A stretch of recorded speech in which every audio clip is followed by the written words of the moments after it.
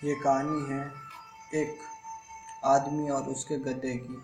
इस कहानी को ध्यान से सुनना और समझने की कोशिश करना, क्योंकि ये कहानी आपकी सोच बदल कर रख देगी।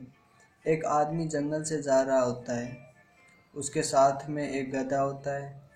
थोड़ी ही दूर चलने के बाद वो गधा एक गड्ढे में गिर जाता है। वो गधा काफ़ी कोशिश करता है उस गड्ढे से बाहर निकलने की, लेकिन काफ़ी मेहनत के बाद भी वो गधा उस गड्ढे से बाहर निकल ही नहीं पा रहा था।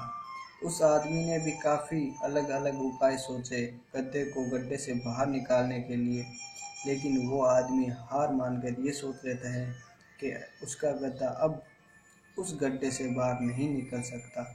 वो आदमी सोचता है कि अब गधे को इसी गड्ढे में दफन कर देना चाहिए, ताकि इसे कोई जानवर मार कर खा ना ले। थोड़ी ही दूर मिट्टी का ढेर होता है।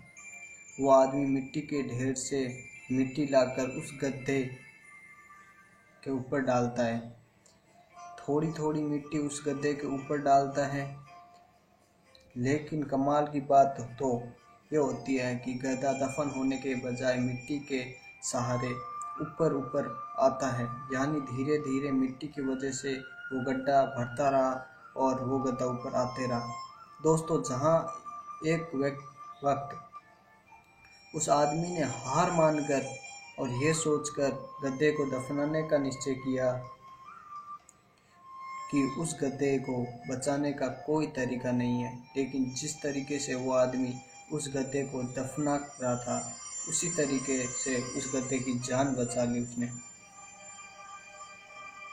दोस्तों, हमारी लाइफ में भी ऐसा वक्त बार बार आता है जो हमें लगता है कि हमारी ज़िंदगी में ऐसी मुश्किलें हैं जिसका कोई हल नहीं है, लेकिन सच्चाई तो यही है, ऐसी कोई मुश्किल नहीं है जिसका कोई हल नहीं है। मतलब हर मुश्किल का हल होता ही है।